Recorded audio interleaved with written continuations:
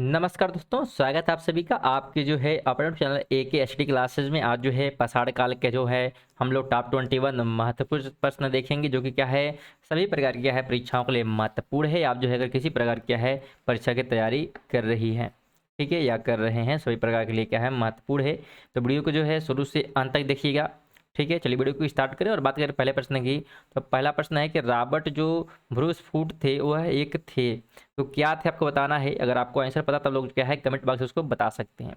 यहाँ पे अगर हम राइट की बात करते हैं तो ऑप्शन नंबर जो है ए और बी दोनों राइट होगा कि ये जो है भूगर्भ वैज्ञानिक भी थे और साथ में पुरावनस्पति शास्त्री भी थे। अगर इसके बारे में एक्सप्लेन करें तो इंसाइक्लोपीडिया ब्रिटानिया के अनुसार जो है रॉबर्ट ब्रूसफूट ब्रिटिश जो है भूगर्भ वैज्ञानिक और पुरातात्विक थे।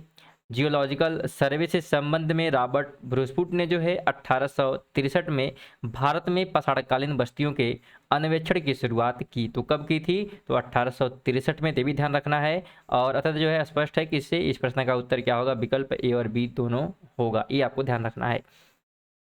नेक्स्ट दिया है कि कोपरनहेगन संग्रहालय की अगर सामग्री से पसाड़ काल से और लौह युग का त्रियुगीन विभाजन किया था, तो ये विभाजन किसने किया है आपको बताना है। तो यहाँ पे ऑप्शन राइट हमारा ई होगा, थॉमसन ने जो है विभाजन किया है। डेनमार्क के कोपेनहेगन संग्रहालय की सामग्री के आधार पर जो है पसाड़ काल से लौह युग का त्रियुगीन विभाजन क्रिश्चियन जर्गेनसेन थॉमस ने किया था। तो पूरा नाम भी पूछ सकता है, पूरा नाम क्या है? तो क्रिश्चियन जर्गेनसन थॉमसन, ठीक है, ध्यान रखना है।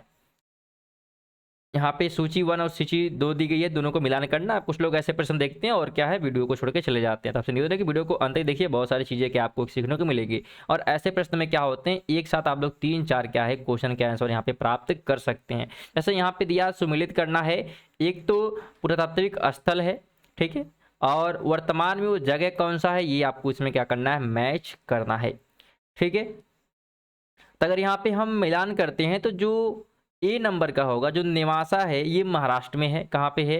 तो ये जो है महाराष्ट्र, आपको ध्यान रखना है कहाँ पे है। तो ये जो महाराष्ट्र में ऑप्शन नंबर 3 से राइट होगा, ऑप्शन नंबर ए, ठीक है। और इसी अगर बात करें ईसमपुर कहाँ पे है, तो ईसमपुर की बात करेंगे तो वो जो है कर्नाटक में है। कहाँ पे है? 4 नंबर हो जाएगा, यानी बी का जो है ऑप्शन कौन सा होगा, तो ऑप्शन नंबर 4 क्या होगा, ये राइट होगा, ठीक है। ऑप्शन नंबर 4 क्या होगा, इसका राइट होगा। इसका तो बी नंबर का। यहाँ पे अब मैच नहीं हो पा रहा, तो आप लोग जो है सो मैच कर सकते हैं। आपको ध्यान रखना है कि पहले का क्या हो जाएगा, तो पहले का यहाँ पे हो जाएगा हमारा महाराष्ट्र। दूसरे का बात करते हैं बी नंबर का, तो बी नंबर जो है हमारा हो जाएगा कर्नाटक।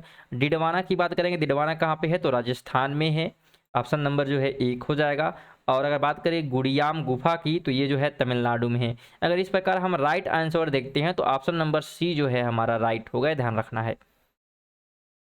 4 नंबर है कि उत्खनित प्रमाणों के अनुसार पशुपालन का प्रारंभ हुआ था, तो ये कहाँ पे हुआ है, तो ये जो है मध्य पाषाण काल में। ऑप्शन नंबर जो है डी यहाँ पे राइट हो जाएगा, ठीक है। चलिए आगे हम बात करें तो दिया है निम्नलिखित में मध्य पाषाणकालीन स्तरों को भौगोलिक दृष्टि से पश्चिम से पूर्व की ओर क्रम में व्यवस्थित करना है, यानी एक क्रम से व्यवस्थित यहाँ पे करना है। तो अगर यहाँ पे हम क्रम में व्यवस्थित करते हैं तो ऑप्शन नंबर हमारा अगर देखिए तो राइट जो है ऑप्शन नंबर सी होगा, यानी पहले 4 होगा, फिर 2, फिर 1 और 3। यानी अगर हम बात करें तो पहले हमारा हो जाएगा कौन सा, तो हमारा हो जाएगा पहला नंबर जो मदहा, क्या हो जाएगा, तो मदहा हो जाएगा, जो कि प्रतापगढ़ उत्तर प्रदेश में है, ये भी ध्यान रखिएगा। फिर जो है लेखहिया हो जाएगा, लेखहिया जो कि मिर्ज़ापुर उत्तर प्रदेश में है। फिर जो है पैसरा हो जाएगा जो कि बिहार में है। और फिर जो है भीर भानपुर जो कि पश्चिम बंगाल में है। तो ये क्रम रहेगा, आपको ध्यान रखना है। 6 है कि निम्नलिखित में से किस स्थल से हड्डी के उपकरण प्राप्त हुए हैं। तो हड्डी के उपकरण की बात करते हैं तो ये भी क्या है, 2 जगह से प्राप्त हुए हैं। एक तो काकोरिया से प्राप्त हुए हैं और दूसरा जो है कहाँ से प्राप्त हुए हैं, तो ये जो है प्राप्त हुए हैं, 1 मिनट गलत हो रहा है क्या, ठीक है 1 मिनट, यहाँ पे ऑप्शन नंबर सी और डी होगा, ठीक है। क्या होगा, ऑप्शन नंबर सी और डी, यानी कि एक तो महदहा से और दूसरा जो है सराय नाहर राय से, ठीक है। सराय नाहर राय से क्या है, 2 जगह से क्या है प्राप्त हुए हैं। अगर इनके बारे में हम बात करें तो मध्य पाषाणकालीन जो महदहा है वो उत्तर प्रदेश के प्रतापगढ़ जिले में स्थित है। और यहाँ से जो है बड़ी मात्रा में हड्डी एवं सिंह निर्मित उपकरण प्राप्त हुए हैं। जी आर शर्मा महदना महदहा में 3 क्षेत्रों का उल्लेख करते हैं जो कि झील क्षेत्र, बूढ़खाना, ठीक है, बूचड़खाना है, फिर संकुल क्षेत्र एवं कब्रिस्तान निवास क्षेत्र में बटा था। बूचड़खाना जो है संकुल क्षेत्र से हड्डी एवं सिंह निर्मित उपकरण एवं आभूषण बड़े पैमाने से पाए गए हैं, और सराय नाहर राय से भी क्या है, अल्प मात्रा से हड्डी के उपकरण मिले हैं। तो अल्प मात्रा में मिले हैं सराय नाहर राय से, और जबकि महदहा से क्या है, भारी मात्रा में मिले, आपको ध्यान रखना है।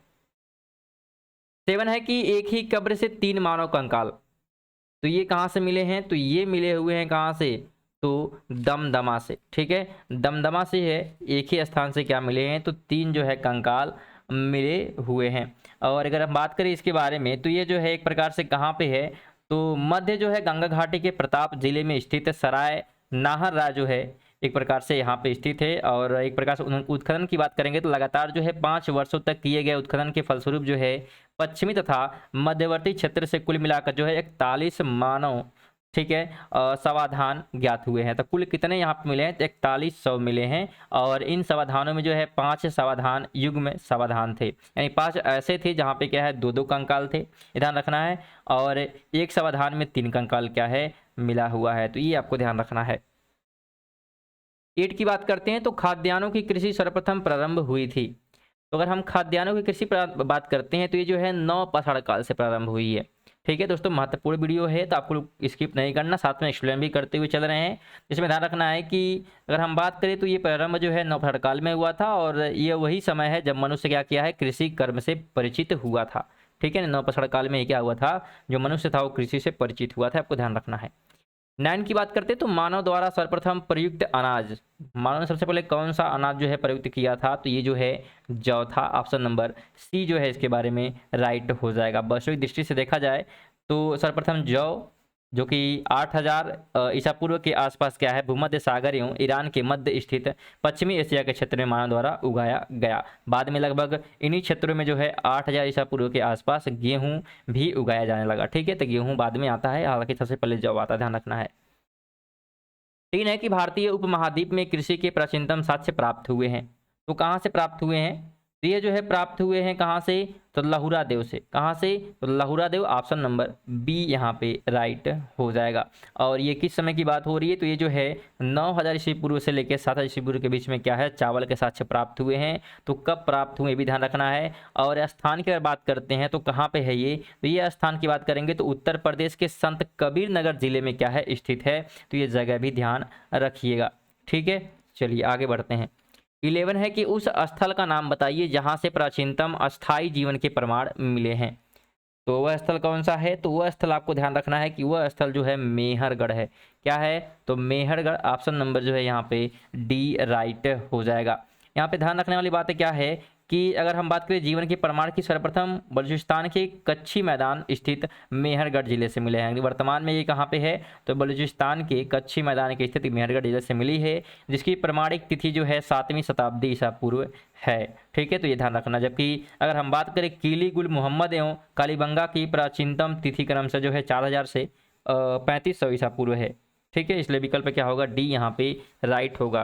तो अगर आपको जो है करंट अफेयर पढ़ना है तो आप जो है करंट अफेयर भी हमारे चैनल पे पढ़ सकते हैं, जो कि जो सुबह क्या है डेली 7 बजे अपलोड की जाती है। साथ में अगर वीडियो अच्छी लग रही है तो वीडियो को लाइक कर दीजिएगा। चैनल पर अगर नया है तो चैनल को जो है सब्सक्राइब करके बेल आइकन को ऑन कर देगा, क्योंकि अब पछाड़ काल हम लोग का चल रहा है, और पछाड़ काल के बाद क्या होगा, हम लोग जो है नेक्स्ट टॉपिक स्टार्ट करेंगे। ठीक है, यानी भारत का इतिहास से क्या है, हम लोग जितने भी प्रश्न बन सकते हैं सभी क्या है क्रम बाय क्रम पढ़ने वाले हैं। यानी पछाड़ काल के बाद जो है संदेह सभ्यता संस्कृति के बारे में पढ़ेंगे, फिर वैदिक काल, तो ये क्रम चलता रहेगा। तो आप लोग जो है चैनल से जुड़ जाइएगा। चलिए 11 हो गया था, हम बात करते हैं 12 की। तो 12 है कि निम्न में से किस एक पूरा स्थल से पाषाण संस्कृति से लेकर हड़प्पा सभ्यता तक के सांस्कृतिक अवशेष प्राप्त हुए हैं। यहाँ बात बताना है आप लोग की, जो पाषाण संस्कृति से लेकर कहाँ तक, तो यहाँ से हड़प्पा संस्कृति के साथ से कहाँ से प्राप्त हुए हैं, तो यह जगह आपको ध्यान रखना है कि ये कौन सा है, तो ये भी मेहरगढ़ है। ऑप्शन नंबर बी राइट होगा, जो कि बलूचिस्तान यानी कि पाकिस्तान में स्थित है। और एक क्या है, पूरा स्थल मेहरगढ़ पछड़का संस्कृति से लेकर क्या है हड़प्पा तक के संस्कृति के अवशेष क्या है यहाँ से प्राप्त हुए। ऑप्शन बी राइट होगा। 13 की बात करते हैं तो नवदा टोली का उत्खनन किसने किया था। तो अगर हम नवदा टोली की बात करते हैं तो इसका उत्खनन जो है किसने किया, तो इसका उत्खनन करने वाले जो है ऑप्शन नंबर सी हो जाएगा, एच डी ठीक है, सांकलिया, ठीक है, ऑप्शन नंबर सी होगा HD सांकलिया। इनके बारे में बात करें तो ये जो है मध्य प्रदेश में है, यानी नौतार टोली की बात करते हैं तो ये कहाँ पे है, मध्य प्रदेश में स्थित है। और दक्कन कॉलेज पूना के प्रोफेसर HD सांकलिया ने कराया इसका उत्खनन, और ये स्थल जो है महाद्वीप का सबसे जो है विस्तृत उत्खनन ताम्रपाषाणी ग्राम स्थल है। तिथि की बात करते हैं तो ये जो है 1500 से लेकर 1300 के मध्य निर्धारित की गई। यहाँ पे एक चीज़ और इसके बारे में था कि ये जो है एक क्वेश्चन और पूछ सकता है कि नौदा टोली किस राज्य में स्थित है, अवस्थित है। तो इसके पहले क्या बताया गया है कि अगर नौदा टोली की बात करता है कहाँ पे है, तो ध्यान रखना है कि ये कहाँ पे है, तो ये जो है स्थित है मध्य प्रदेश में। तो ये क्वेश्चन अगर पूछता है कि नौदा टोली कहाँ पे, तो आपको बताना होना चाहिए, ठीक है। चलिए 14 है कि बृहत पाषाण स्मारकों की पहचान की गई, तो ये कहाँ पे की गई है। तो अगर हम राइट की बात करते हैं तो ये हो जाएगा हमारा ऑप्शन नंबर कौन सा बताने का प्रयास करिएगा, बी ऑप्शन, यानी मृतक को दफनाने के स्थल के रूप में, यानी जो बृहता पाषाण स्मारकों की पहचान है किसके रूप में की गई है, तो जहाँ पे आदमी मर जाते हैं वहाँ पे दफनाने के लिए क्या है, इसका यूज किया जाता है। तो ये आपको ध्यान रखना है।